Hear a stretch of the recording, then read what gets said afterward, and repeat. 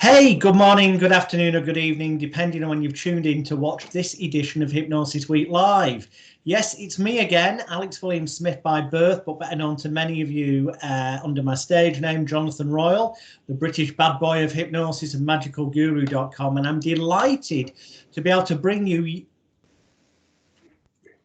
All my guests have been amazing today, but I'm truly privileged today to be able to have on the show the gentleman who is, this is not some marketing angle. This is a provable, documented fact. He's the UK's best-selling self-help audio author. He has been awarded gold discs for selling over £250,000 worth of compact discs. I know we moved on to downloads and stuff, but I mean, what I'm saying is this man has achieved it on a massive, massive scale, and we're going to pick his mind, hopefully, over the next hour to some insights into how he's managed to get to the top of the tree. So please welcome to the show, coming to us live from Portugal, but originally from England, Mr. Glenn Harrold. Thank you, Jonathan. You're right, dude. Look, I'm going to give you the first question, which is the one I ask everyone. There was a time when you were not a hypnotherapist. You had a life before that. You had a journey that brought you into this. What was your journey? What's your story? So back in the day, I started life. I grew up in quite a dysfunctional household, and I had lots of problems. I used to run away from home when I was 12 and slept on the streets a number of times. I got into drink and drugs at a young age. I got kicked out of school, ran with a bad crowd when I was young. And so I didn't exactly set the adult world on fire when I got to that point. I had so much negative conditioning going on that the one thing I did do back in those days, I joined a punk band when I was like 17. Yeah, because it was like the Sex Pistols and the Clash were happening, and that music spoke to me. I was a young angry kid, and that music spoke to me. So it kind of got me off the streets, got me into a band, and then within a couple of years we'd morphed into more of a pop band, and we won the 1983 National Battle of the Bands, which was like the X Factor of its day. It was a big deal back then, and so that gave me like a different direction. I suddenly went in a much more positive direction. I'd learned to play an instrument. We had our 15 minutes of fame. We did a number of TV shows. We had Paul Weller came down to see us. He was into our music at the time, but we never took off. We never had hits. So it all kind of blew out as quickly as it happened. But from there I went and did, later on I started to do the cabaret show. I was doing gigs in pubs and clubs and bars. Mm-hmm. And it was one night where we shared the bill with a stage hypnotist. And I was probably in my late 20s then, and watching this guy do his thing, it just fascinated me. And that was the epiphany. It was, I wanted to do that. And it wasn't the entertainment thing. I wasn't drawn to the stage hypnosis thing. That wasn't, I was still quite a shy sort of person. So it wasn't the entertainment thing that I was drawn to. But it was the healing side of it. It was the power of hypnosis to use for healing. So that was it. That sort of opened the door, and I did a 2-year diploma in London with a big college, and then they let me loose on the public, and I never looked back. I loved it. I loved healing myself of a lot of the dysfunction I had from my childhood. And then, because I'd been on that journey, I then got good at helping other people. And so, yeah, that was it. That's where I went. So, I mean, I know this is such an open-ended question, so I'm not asking it to be awkward. It's like how long's a piece of string. But how did you get to be the UK's best-selling self-help audio author? How was that journey? Because I remember years ago, I was in Rochdale town centre, and I was walking down a little area we call the Walk, and there used to be a little Chinese shop there that sold little artifacts and stuff. And I looked at the window, this relaxation CD. Yeah. Named Glenn Harrold on. It's like, bloody hell, that's shown up randomly in the shop in Rochdale. And I mean, that is years and years ago. That was the first time I come across your name, because I think that was even predating me having general internet at home. Yeah, yeah. I mean, I was very lucky because when I first started, I was seeing lots of clients. I was seeing like 25 clients a week at one point. Okay. So I was super busy, and then I always had a little studio at home from my sort of musical days. And it was one day I'd said, I'm going to record one of these sessions for my clients. And it was literally that moment that I started recording, and then I'd give it to clients. And then I listened to it one night and I thought, oh, that's not bad. Maybe I could sell it in a few local shops. Mm-hmm. So I went around to local shops and I made little homemade display stands, and they were cassettes at the time. So I'd run off cassettes, duplicate the covers on my printer at home, take them into local shops, and, lo and behold, they started to sell. And then I went to Barclays Bank. I borrowed £1,000 from the bank to get some nicer display stands done. And within like 3 years, before I paid this loan back, I had like 5 staff working for me, and I was turning over like half a million a year. And Wow. my PA said to me, he said, what's this 36 quid coming out the account every month? And I said, oh, that's the loan I took out from Barclays just a couple of years before for the £1,000. Yeah. So I was very, very lucky. I was in the right place at the right time, and there was a huge market for it. And I was kind of the first one to make sort of dedicated hypnosis recordings. And I used to phone up stores all over the country and deliver them into stores, post them out. And I've got to ask you this, because on that time scale, it was my research says it was around 97 when you started putting the audios out. yeah, So about that time, McKenna was also sticking out. Paul McKenna was sticking out audios as well. He was yeah, mainly selling them from Sunday Magazine's mail order at that stage. yeah, Now, on the one hand, McKenna's managed to now become Britain's biggest selling self-help printed book yeah, author. But at the end of the day, you are Britain's best-selling self-help audio author. You've smashed that area of the market more yeah. than McKenna, who at the time was on television. So it's an even more remarkable achievement.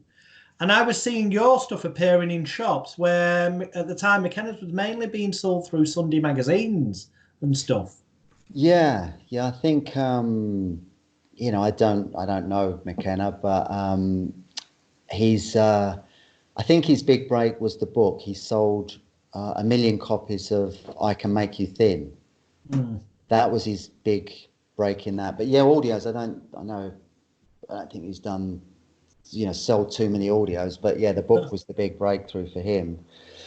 And yeah, I just had a knack for making the recordings. That was my niche because I'd been into music. I knew how to produce and edit and make them sound half decent. Mm-hmm. And by the time I started making them, I'd also had a lot of experience with clients. I'd literally seen 1,000 clients before I made my first recording. Right. So I kind of knew how to make good therapy recordings, knew how to mix them, and I think that combination helped me. And then I just got very lucky. Wherever I put them, they always sold well. So you And distributed them yourself? yeah, I just put them out, and then as the sales started to take off, I employed other people, and at one point I had like 10 girls working for me.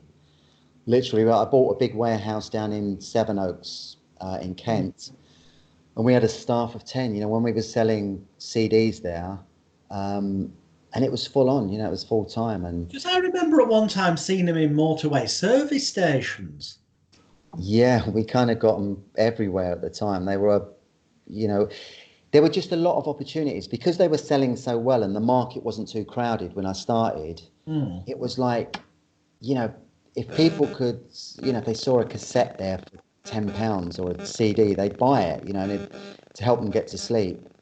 And it was like I said, it was quite uncrowded then, and subsequently it became a much bigger market, and now it's a huge market. You've got these apps like Calm and Headspace, which are $1 billion organizations. but I know the car maps, they say they're worth $1 billion. Okay. So it's become like a huge industry, and you've got these corporates now that have got involved and, you know, spend fortunes on marketing, and it's a very different setup to when I first started. So I was kind of lucky to be in the right place, you know, to be one of the first in the door making dedicated hypnosis recordings when, you know, the market was there, but there wasn't many people doing it. So is it So all downloads now, or do you still do an element of physical product as well? I still sell a few CDs, but it's mainly apps. I mean, the apps are, you know, it's you know, a massive part of the App Store now, self-help, and um, you know, and it's a nice way to sell because the apps I put out, I've got free recordings in there, and then a number of in-apps. So if people like the free recordings and they connect with my voice, then they don't mind buying the paid ones. So it's a soft sell. It's not the hard sell where you're trying to tell people you're the best thing since sliced bread. You know, Yeah. it's like, yeah, if they like it, they buy the paid ones, you know. So it's great. Yeah, I love it. So for people watching, the fact is you are the best-selling UK self-help audio author. So, and well, people watching this could be around the world, but I'm just for this example. If you're not in England, I apologise. I'm just using this as an example. Um, some people might be sat there thinking, "Well, it's pointless me giving it a go because he cornered the bloody market. What's the point?" Like, what words of encouragement could you perhaps give them? I mean, logically, straight away, I think, well, some people might be more attracted to listening to a female voice than a man. Um, so I guess there's a whole bunch of reasons why people should still perhaps give it a go, even though you are at the top of the tree.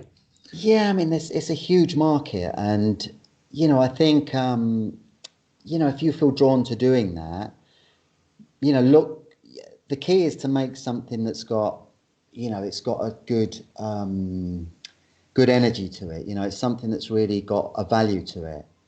That's the key. You know, it's like, you know, when I make the recordings, I do put a lot of time and care into scripting them, recording them, and you know, nowadays when I started, I had like a cheap 50 quid mic and a basic compressor, but now I've got like a Neumann mic and you know a good processor and all that kind of stuff. So I think you know it's worth really thinking about what you're doing and putting a lot of time and care into creating the product. And you know, my recordings are kind of different to anyone else's. I always made recordings based on the therapy sessions where I was getting results. Mm-hmm. So I'd have 5 stages to each recording. You know, the introduction, the induction, the deepening, the post-hypnotic suggestions, and the awakening. And I've kind of, you know, I've adapted that a little bit for certain themes, but that's pretty much it. And you know, I've also used music that induces certain states, certain frequencies. I made a range of recordings called the solfeggio recordings, which were based on ancient tones that Gregorian monks used to chant. All And right. so, for example, the first tone on that is 396 hertz, and Gregorian monks would chant that frequency to dispel fear. So we made, along with a friend of mine, I co-produced those recordings with a friend, and we made 6 titles that based on those ancient frequencies. And you know, they were totally new. They came about spontaneously. My friend actually used to run these amazing ayahuasca ceremonies that were just absolutely mind-blowing. They were so powerful. He'd spent time down in Peru with a shamanic tribe down there, and the medicine that he used to get coming over was so incredibly powerful. And I experienced that with him one time, and it was like nothing I've ever experienced in my life. It was so powerful. It was like 50 therapy sessions in one night. Wow. It was incredible, you know. And the first part of that, and it was really funny because when I took that medicine, it kind of shows you it's very illuminating. You know, your shadow comes up. You see this sort of, yeah, your shadow energy, which is often completely out of your conscious awareness. You know, and you know, I'd been a hypnotherapist for a number By of years. shadow energy, are you referring to what some people might refer to as the aura? It's more what can you say? It's like the deepest aspects of our psyche, you know, the darkness. I think, you know, and I'm trying to think of a good term in psychology to describe it, but I'm a bit out of that loop these days. But it's like you know, in therapy, things come up from the depths sometimes. You know, these conditioned patterns of behaviour and things that hold you back. Yeah, that And tends they to become be into ego related, doesn't it? yeah, they come into your conscious awareness, and that's where the healing starts. You know, but they're very much outside your conscious awareness. So you know, it's like the shadow is the deeper, darker aspects of ourself, and I think everyone's got that. You know, I've never met anyone who's got that Christ-like quality who doesn't have that. You know, we've all got that shadow, and so working with the medicine that first time, you know, that things come up within you, and when they do, you vomit. You literally purge them out. You're sick, physically sick, and it's very cathartic and very powerful, because once they're out of you, they're not you know, they're not running in the background, they're not driving you. So for the benefit of people at home, what I think you've just explained is effectively being given a shamanic medicine mixture Yeah, that you would take orally. yeah. That this is my deciphered observal. I'm not poo-pooing it, but that arguably could just be some form of hallucinogenic drug Well, do you know, combined with something that will make you vomit. The medicine man or the situation, the context of the ritual would mean that when you do get these images and the physical action of vomiting is contextualized as having offloaded all these negatives. So it's kind of a shamanic version of firewalking. You can move forward because you've walked the fire. You've I got mean, rid of the. I did when I was younger. I did quite a lot of acid. You know, being in a band, and Yeah. I was very experimental with, you know, what do you call it, recreational drugs. Mhm. So I experienced a lot of that, but yeah, that was like 30 odd years ago. You know, but the medicine, the shamanic medicine, is totally different. Right. It's you still hallucinate and you go on that journey, but I think you have what they call negative hallucinations when you go on that ceremonial journey, so that you're seeing things, you're able to see things that are really there for the first time. Whereas a positive hallucination is the opposite, I believe. It's where, like when you're on acid, you see lizards crawling up the wall and you see things moving around, and so you're having they call them positive hallucinations, whereas negative hallucinations are the opposite, where you're actually seeing things that are really there. You're in this altered state. So yeah, because I had that experience and the contrast of, you know, what acid does to you, I knew that I was seeing things that really were there, and I was Right. visiting these altered, you know, these higher levels of consciousness. They were absolutely mind blowing, and and a lot of people, you know, the experiences I had are quite common when people take ayahuasca and they experience it, and having the shadow, the darkness come up within you, and you know, and it's really scary because you're outside of your identity, your ego. You're way beyond that. You're in your true self, and yeah, it's you know, you almost feel like you could die. I mean, I felt like I could actually physically step out of this body and leave and check out, because Okay. you're in this very, very deep state, you know, and it's something. It's not for the faint-hearted, because it is very, very powerful. But if they say the shamans say the medicine calls you, so that when you're ready, you get drawn to it. And when I read about it, I actually read about it in Sting's biography, and Uh, he was down in South America and he did a number of ceremonies. And when I read it, I was so up for it. I so wanted to do it, because I'd been on that healing journey for a number of years, and I wanted to go further. I wanted to, you know, get clearer and get lighter, because when I was young, I was, you know, I had so much trouble and grief, and you know, I was into all kinds of things that messed me up. So I want to get clearer and lighter, and that was why it called me, you know, because I could see the therapeutic value of it and the benefits. So yeah, so that's it. That kind of echoes David Icke mentioned in some of his early books that he went and I'm trying to remember off the top of my head, I think it was something called peyote. Peyote, yeah.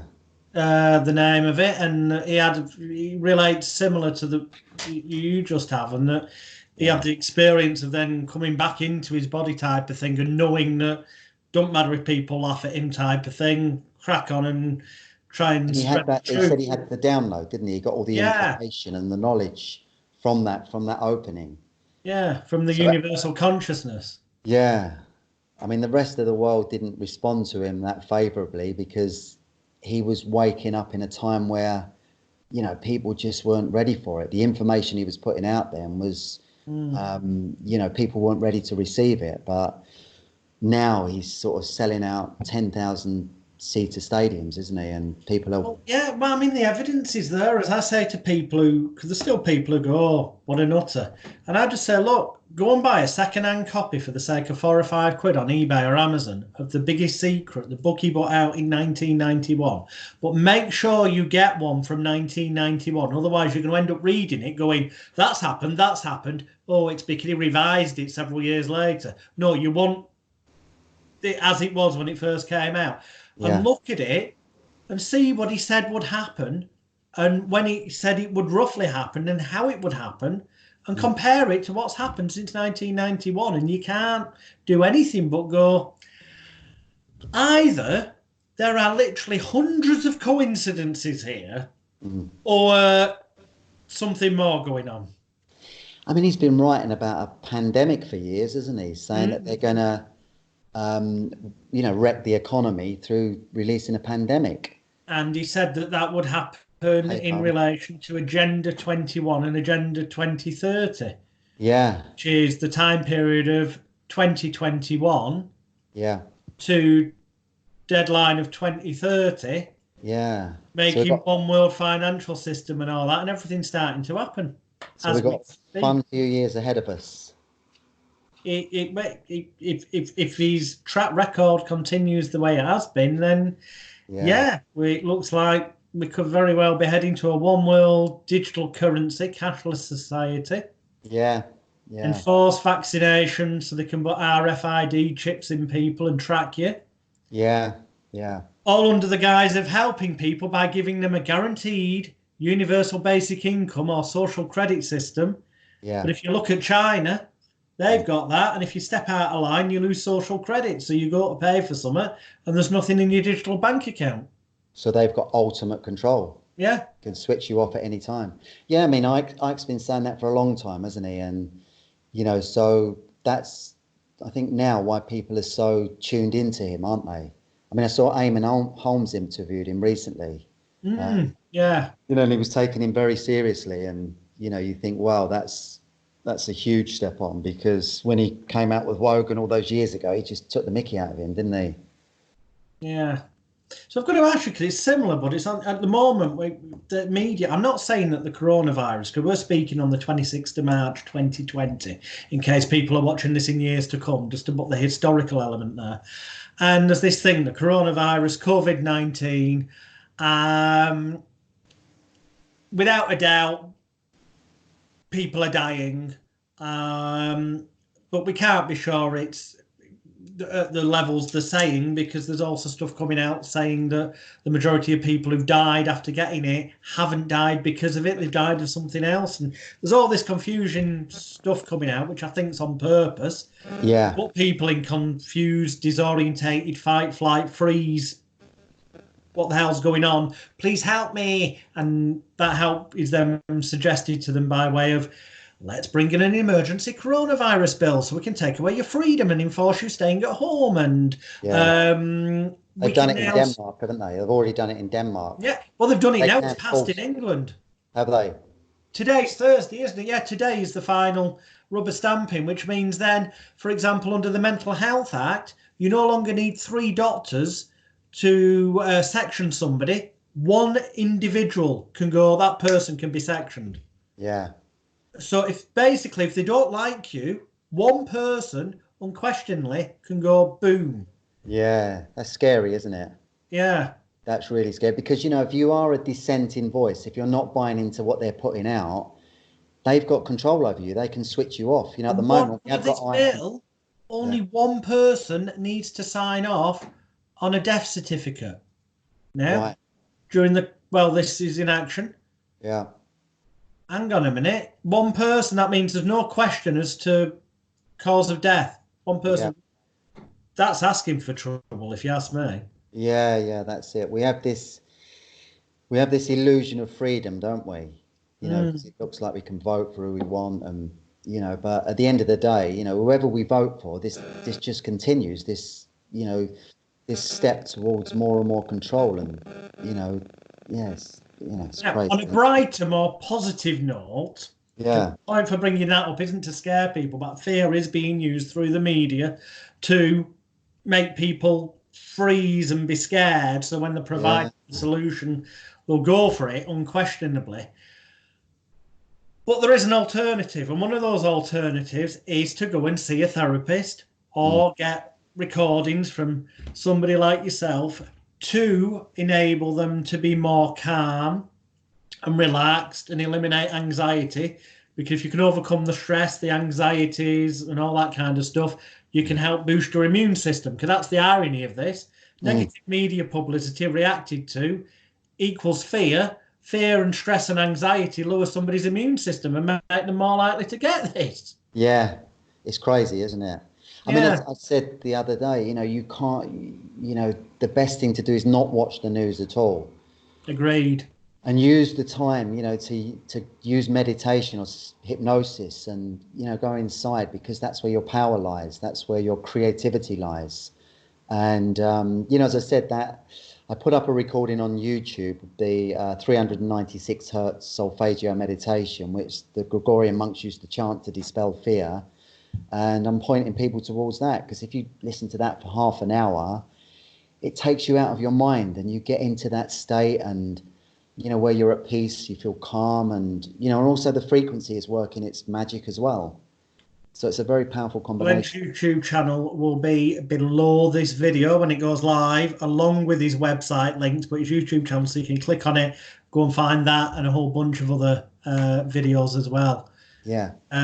Excellent. Yeah, because that's what people need to do. So, right, I mean, because I mentioned that just in case a kind of member of the public comes across this. Although I know there's a lot of hypnotherapists out there who are suddenly scared in the sense of they can't go to the office, they can't see clients in the normal way, clients are at home. And I've been trying to encourage them, well, look, do Skype sessions or Zoom sessions, do stuff online, Mm. grasp the opportunity.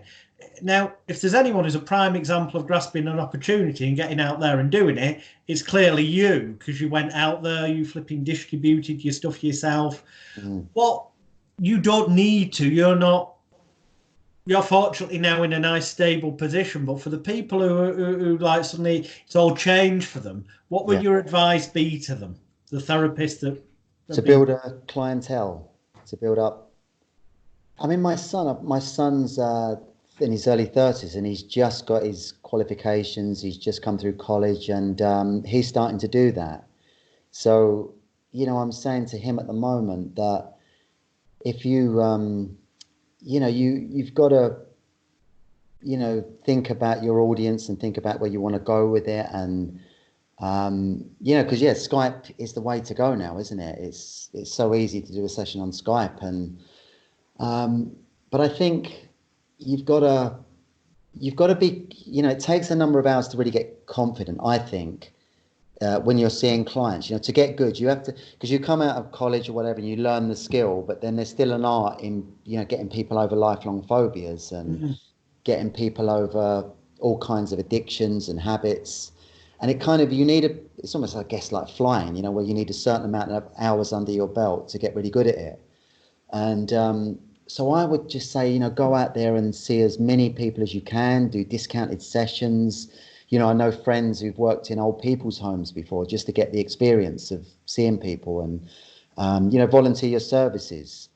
That can be a good starting point. When I first went out there, and was promoting my business, I started at a new clinic down in Sheerness, which is in the middle of Kent, and it was dead as a dodo. I wasn't seeing anyone, and I was really struggling, and sometimes I'd have one client, I'd drive down there, they'd cancelled, and it was, like an hour round trip and all that kind of thing. But I went to the local paper and I said, look, I'm a hypnotherapist, I've just started in the town, would you do a little story? And the lady that came to interview me, she was interested in hypnosis, and so I explained all about it, and but she was quite skeptical. She didn't really believe in it, and she was kind of thinking that I could hypnotize her at any time. And so I'm thinking, oh my God, this is going to be a rubbish article. It's going to come out really badly. But as it happened, they put this piece in the paper, and at the time I had a suit on, I had a little goatee beard. I was behind this bookshelf, or in front of this bookshelf, and it said, "Hypnotist comes to Sheerness," and they caught me staring at the camera like the cat's eyes. Yeah. And it was such a powerful article, and I was inundated with clients. I literally had clients for about a year afterwards who'd kept the article and came to see me. Excellent. And it so just launched my career down there. And it was amazing. And because it was such a powerful article, people were primed when they came to see me. So when they walked in, they thought, this is like, this guy looks really powerful. He's going to be amazing, And I had one guy, he was a big Scottish fella, and he wanted to stop smoking, and he was really frightened of hypnosis. And so I was chatting away to him, putting him at ease, and we were talking about football. Because he was into football, and we're chatting away, and he said, and all of a sudden he locked his eyes on mine, and he said, you're doing it to me now, aren't you? Brilliant. And he'd gone into the deepest somnambulistic trance I've ever put anyone into, and I hadn't even started the induction. Excellent. So his perception of what I was put him into that trance state, and it was literally, I'd only just come out of college, So I was, again, lucky. I was very lucky that things worked out for me in the right way. And it taught me a lot, that experience. It taught me a lot about hypnosis and setting the sessions up right. So I think, it's all about your presentation and the way you put yourself across. And, and still, if you're in an area where there's a local paper, go to the local paper, and, they love quirky sort of stories, don't they? Mm. So, give them a good story. And, I did a number of those when I started. I'm surprised there isn't more. I've been doing Google searches just to see who jump on the bandwagon. I did a Facebook Live a couple of weeks ago, and I said, look, contact your local newspapers. Give them buy a domain name, an easy to remember domain name, that people can go to, that you can then forward that domain name to a Zoom conference room. Because using Zoom, you can have up to 200 people online live at one time.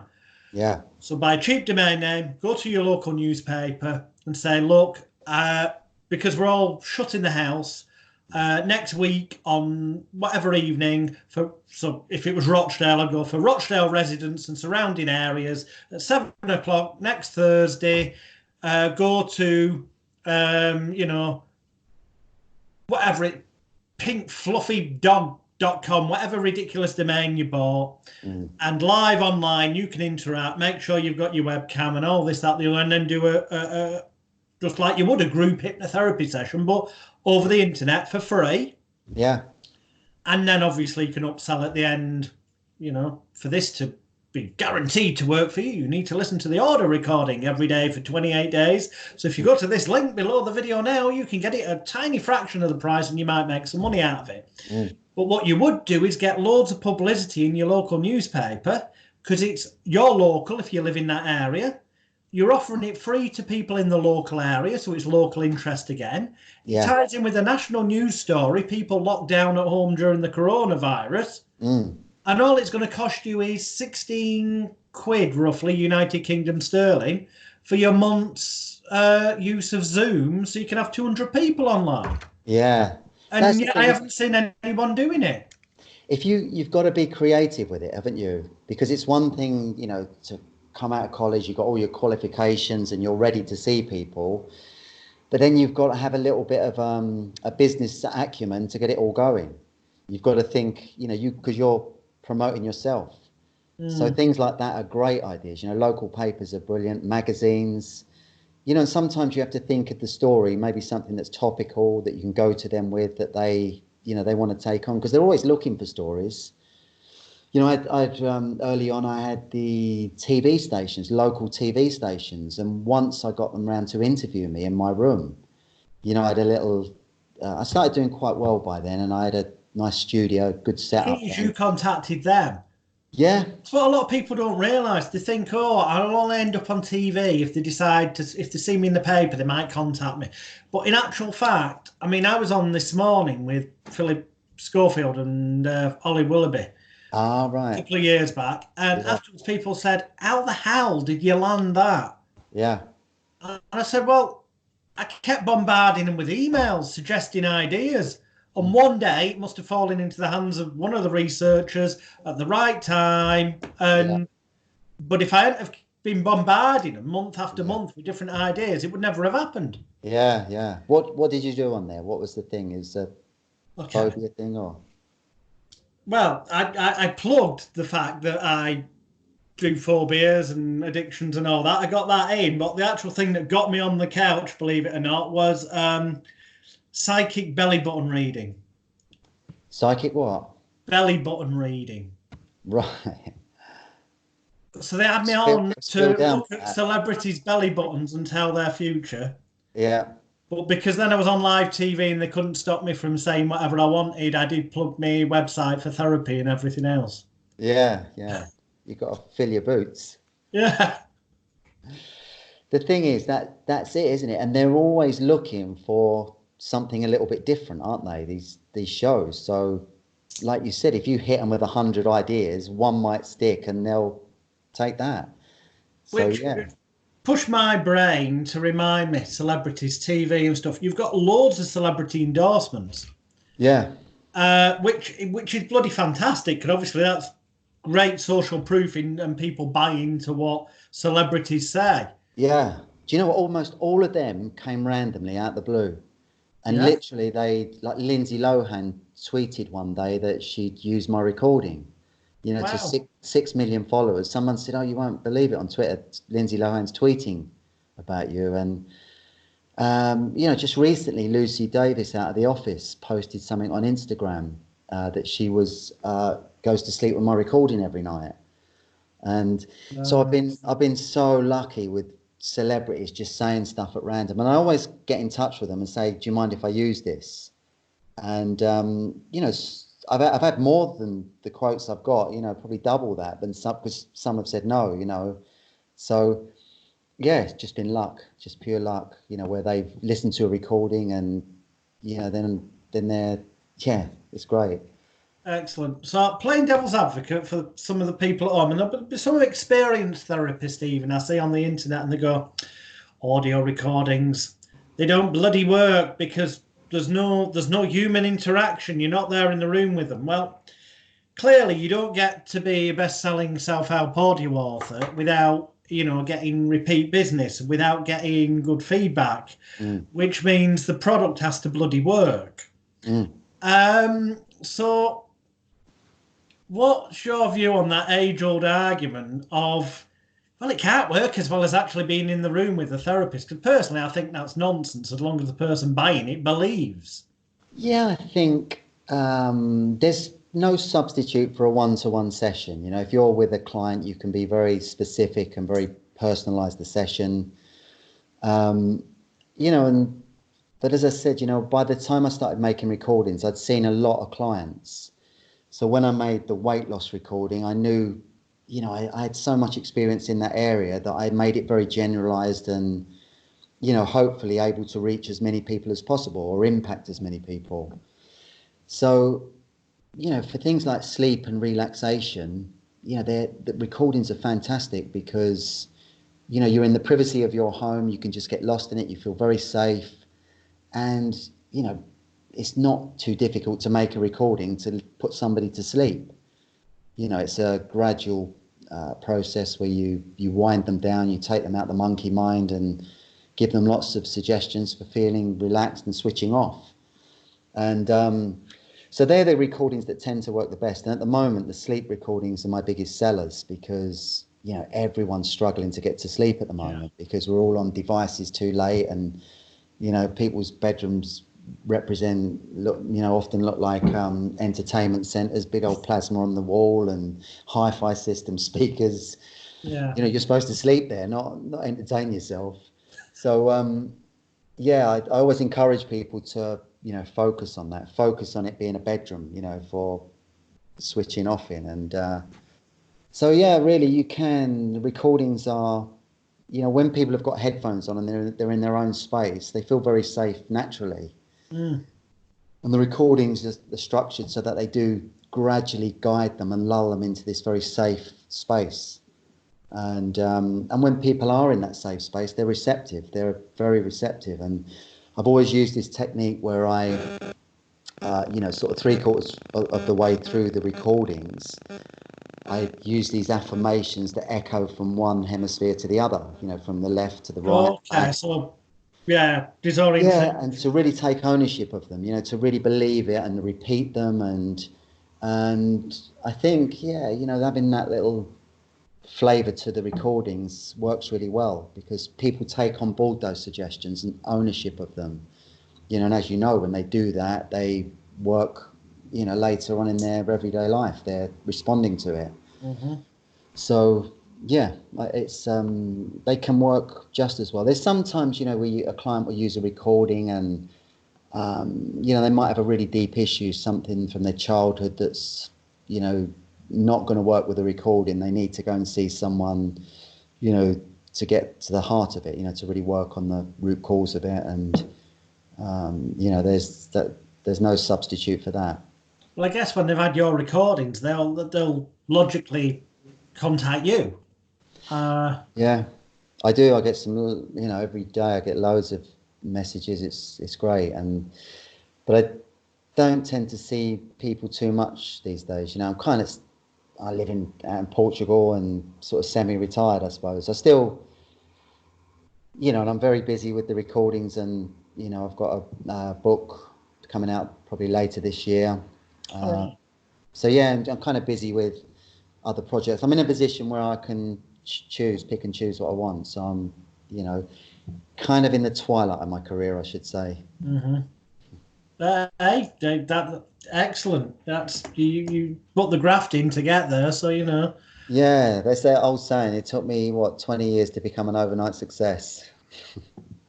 Yeah. I'm just looking at my notes here because I've got bullet points written down. Um, Yeah, I want to clarify. I mean, this is just a random one. This is more of interest to me, but some people, when they go and visit your website, links below this video, will notice that on there it says that you were made a fellow of the British Society of Clinical Hypnosis. Yeah. And when I saw that, I thought, hang on a minute. I thought they only accepted doctors and dentists and stuff, the British Society of Clinical Hypnosis. Do you How know did you pull that one off? I've got a friend who works in the college who said that he was putting me forward. All right. And a lovely fella called Tom Connolly.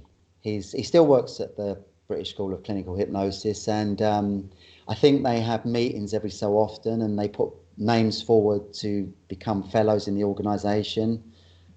He put me forward, and God bless them, they gave it a thumbs up. Excellent. So Good again, man. I'm lucky. I didn't do anything to get that. I'm very fortunate. Well, you did, because obviously I've got a funny feeling the fact that you were outselling everyone else in terms of self-help audios might have contributed to that a bit.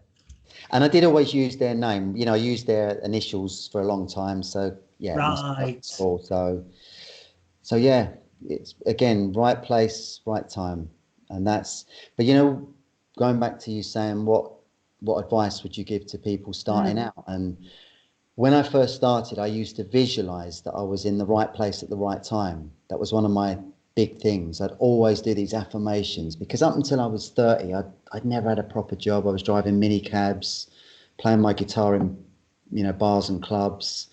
I could never fit into the mainstream. I was kicked out of school when I was 15, so I struggled for a long time, you know, and I was always broke, and So when I got to, when I got the qualification, I became a hypnotherapist. I was constantly affirming that I'm always in the right place at the right time.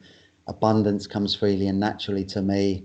And I did that religiously, these affirmations that when I was driving my cab, I was doing it at quiet times. And I kind of immersed myself in that whole abundance thing because I was by then, I was so fed up with struggling and being broke and, not making any headway. So for me, it was a really big goal, and I wanted to, just have a little bit of success in life. And so I was constantly doing that. And I think the inner work I did was as important as the outer work, putting myself in the right places.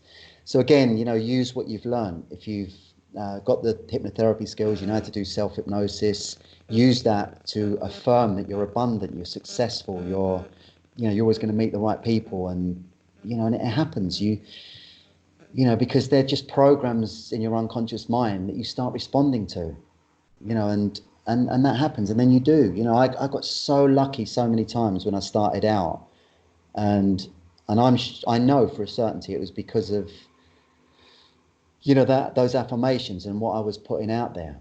It just works like they say it should work. Yeah, so it's not luck then. It's that moment when preparation meets opportunity. Yeah, exactly. It was luck. I kind of created my own luck through doing that. Yeah. But anyone can do that. It's not it's just putting the graft in, like you said. Where do you see hypnotherapy, self-help? Well, no, self-help covers too much of a wide bracket. Just because this is Hypnosis Week, we'll say specifically hypnotherapy industry. Where do you see things in sort of like 10, 20 years' time?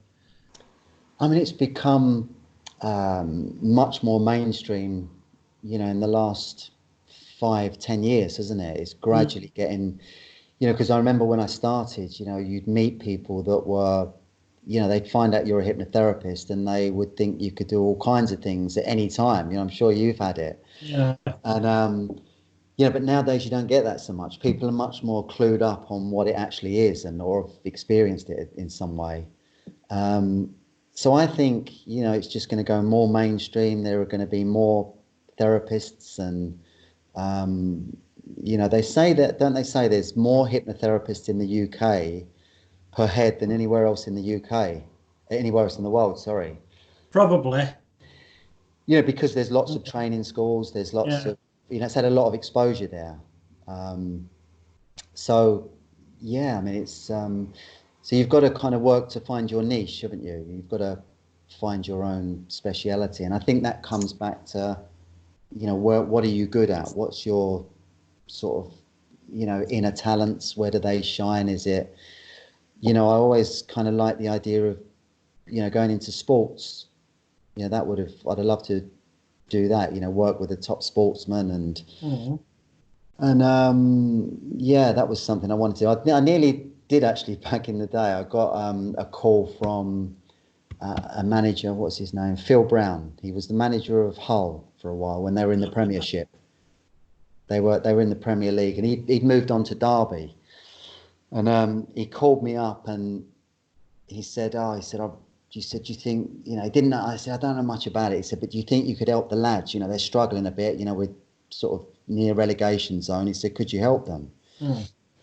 And I said, yeah, I could work with them and get them in the zone so that at 3 o'clock when they go out, they're sort of really focused and, they can achieve a peak performance at that time. So again, we, arranged it with him, spoke to his PA, and he was going to put me up in a nice hotel up in Derby. And I was going to go into the dressing room after their game. They were playing Sheffield Wednesday. Go into the dressing room, meet them, and then stay the next day and hypnotise them in training. And I was really excited, I was so looking forward to it. And they played Colchester in the FA Cup at the weekend, who were a lower division team. They got knocked out. He got the sack on the Monday. So welcome to the fickle world of football. But that was going to be my introduction into that world, but it didn't quite happen. But I think he got to the point where he was so desperate, he thought, I'll try hypnosis. I'll hypnotise them and get them out there. But yeah, it didn't quite happen. Should have got you in sooner. You might have still had another week before, and I could have turned it all around. What a bugger. So sometimes, yeah, these opportunities come along, and it either opens up for you or it doesn't. But it's that thing that you said earlier: put yourself out there, spread yourself far and wide, try lots of different things, and it only takes one thing to stick and open up, and then you're off. You're off and running. Yeah, I've just noticed it's been there all the time, but I've only just noticed to my left, so that'd be to your right. Behind you, you've got a guitar on the wall. I can see a guitar case there. I know you've got the music background. Do you still gig at all? Do you still? No, not really. I've got two little kids now. I've got two kids of 5 All and right. 3, little youngsters. I've got an older lad who's in his early 30s, but no, I've gone round the block again and two little kids. So that's high up there, so they can't get their hands on it. Right. It's a nice guitar. I saw Noel Gallagher had that guitar, and it sounded so sweet. I saw him playing it, and I thought I've got to get it. It's a lovely Gibson semi-acoustic. But no, occasionally I release songs. I've All right. released a couple of songs a couple of years ago with a guy called Dean Groom, who's a hypnotherapist down in Bournemouth. Oh, And yeah, he's a very, very good singer as well. And he wrote to me out the blue one day and sent me one of his demos, his music. And, I loved his music. And so we released a couple of songs a few years ago, and we've got in touch again recently, and we're going to release something this year. So nice. I was going to start it now, but it seems the wrong time to do it with everything else going on. But I still love that. I still love making music and recording, and you never lose that. Once you've done it, and you've I think having that little bit of success in my late teens, you never quite get it out your system. It's always, I'm still trying to have that hit single. See, I suspect that's what part of the element of why you've been so successful. Not just, I mean, obviously there's the technical side, like understanding how to do the recording. But from the other side, the musical background, hypnosis is about rhythms and also manipulating emotions with positive intent. And Yeah. music, you have rhythms and it prongs people's emotions and stuff. Yeah. You were kind of already using Mm.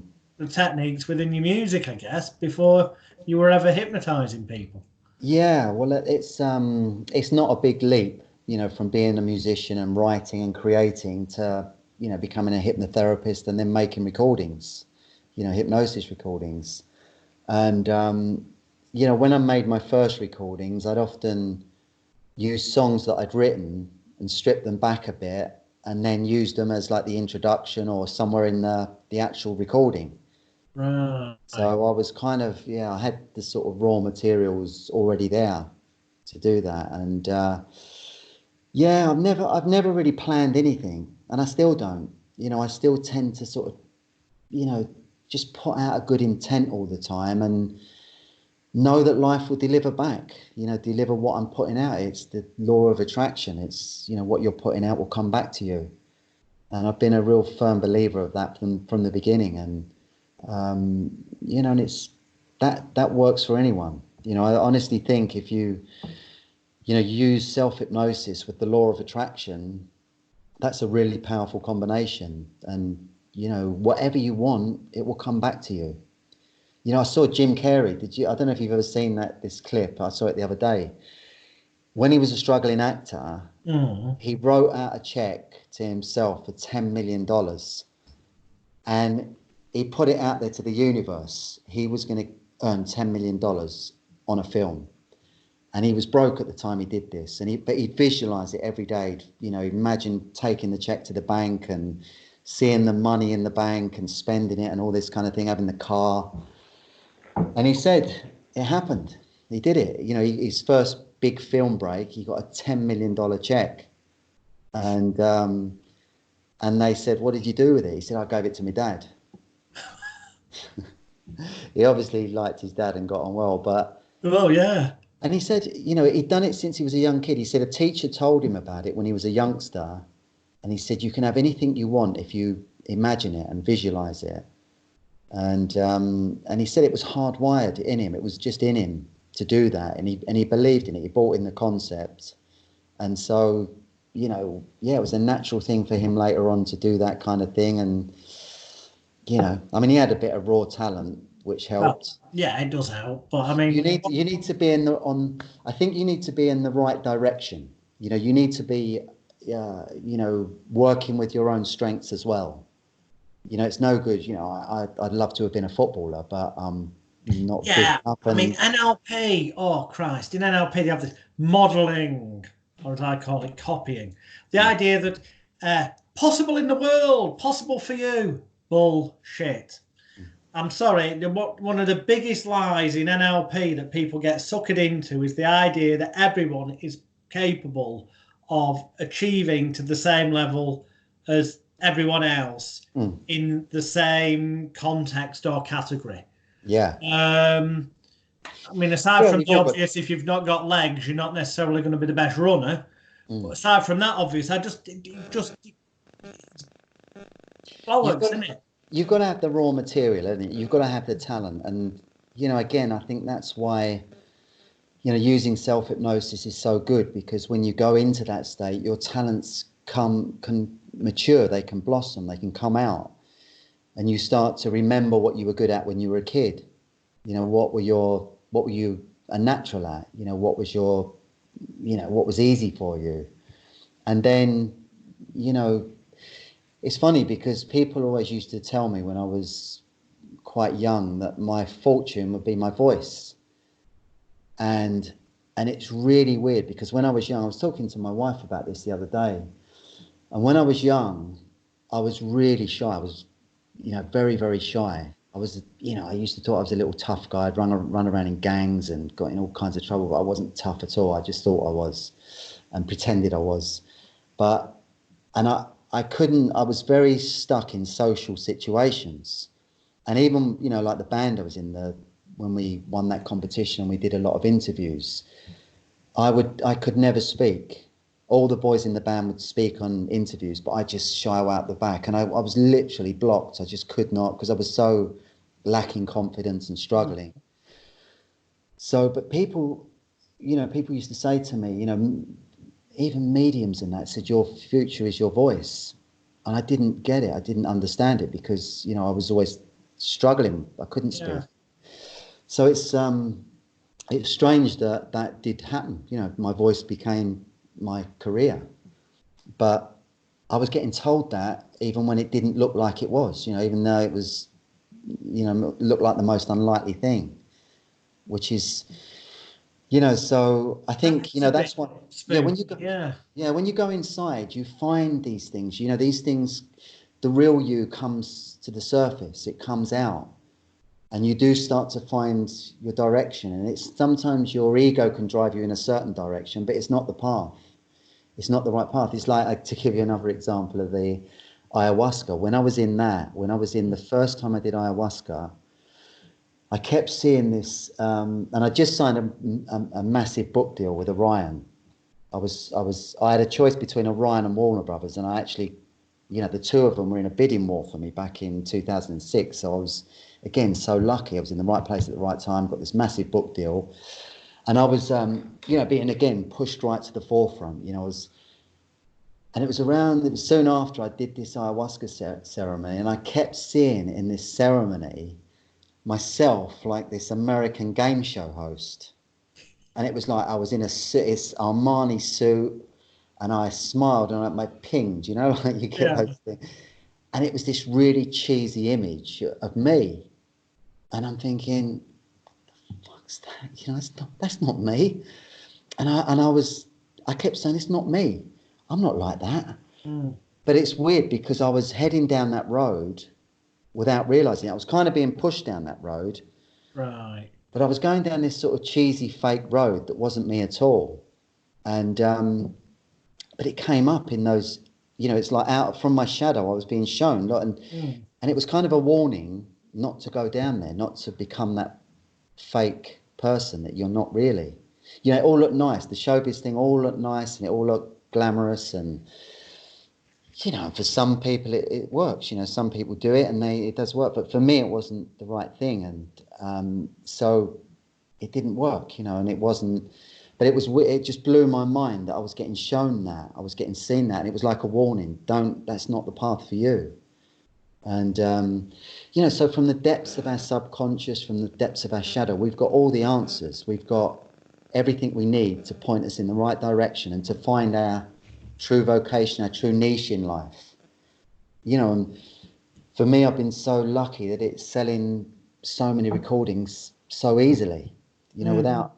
I've been very, very lucky all the way, you know, got onto Audible at the right time, got onto the App Store at the right time, and, you know, sold millions and millions just through, you know, what you'd say is luck. But it was. I think there's probably a lesson there for people. I've just noticed something important for people at home. Keep an eye out.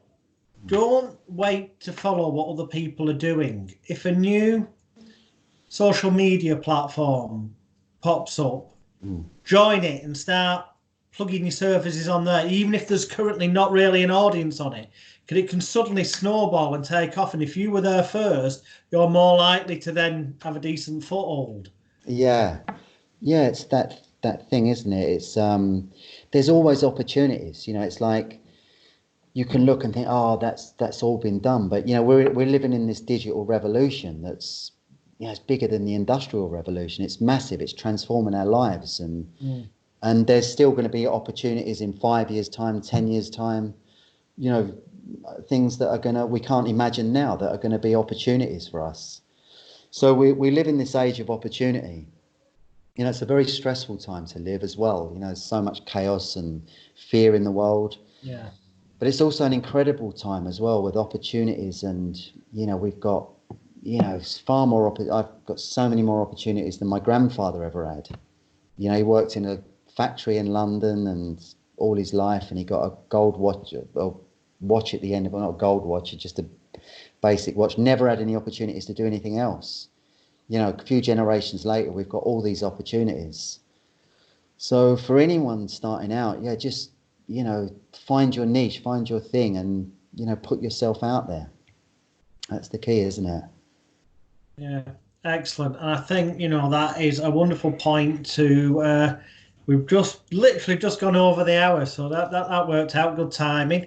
Yeah. People at home, look below this video. You will see a few links. You will see a link, a couple of links to websites where the audio products are, so you can go and have a listen.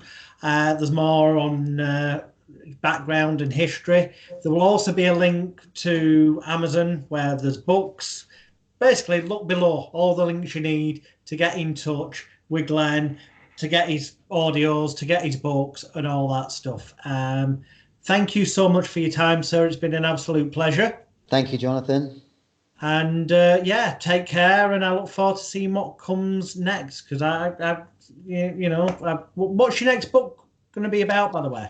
The title, we've not completely confirmed it, and I've not actually signed a deal with the publisher. The agent's talking to the publisher. We're going to speak to them soon, but it's probably going to be an abundance book, like what I've been talking about, abundance, how to find your thing in life, and how to, you know, be out there with success and abundance, that kind of thing. So, yeah. I look forward to it. But in the meantime, look at the links below. Thanks, everyone. See you again soon for another edition of Hypnosis Week. Bye for now.